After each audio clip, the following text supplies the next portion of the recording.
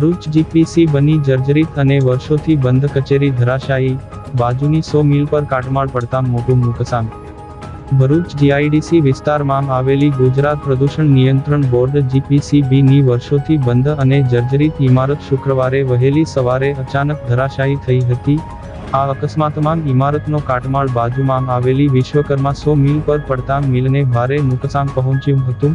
જો કે ઘટના વહેલી સવારે બની હોવાના કારણે સદનસીબે કોઈ જાનહાનિ ટળી હતી।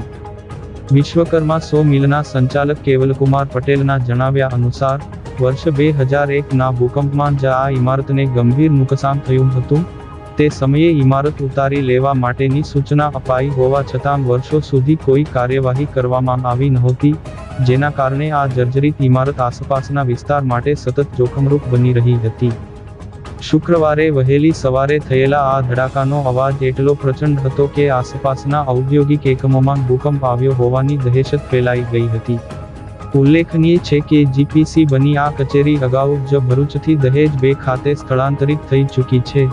ઘટનાની ગંભીરતાને ધ્યાનમાં રાખી ભરૂચ જીઆઈડીસી સત્તાધીશોએ તાત્કાલિક હરકતમાં આવીને જીપીસીબીને કાટમાળ વહેલી તકે દૂર કરવા માટે સત્તાવાર નોટિસ ફટકારી છે। મારું નામ પટેલ કેવલકુમાર હિંમતભાઈ છે। હું Shri Vishwakarma sawmill GIDC phase 2 I/6/1 અમારું આ ધંધાનું સ્થાનક છે।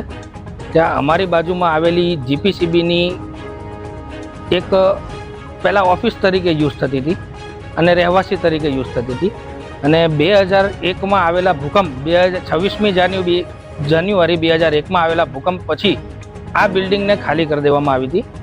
જ્યારે ત્યાર પછી લઈને હમણાં સુધી કોઈ એની તકેદારી લેવામાં નહોતી આવી, જે આજે સવારે વહેલી રાત્રે 4:38 ધરાશયી થયેલી છે અને એ ધરાશયી થવાના કારણે મારા શેડને, મારા આટલે પડેલા માલને તથા મારી મિલકતને નુકસાન થયેલ છે। તો મારી એક ખાલી અરજ છે જીપીસીબીના સાહેબને કે આ જે મારું નુકસાન થયેલું છે એની ભરપાઈ થાય એટલી મારી એક રિક્વેસ્ટ છે જીપીસીબી સાહેબને।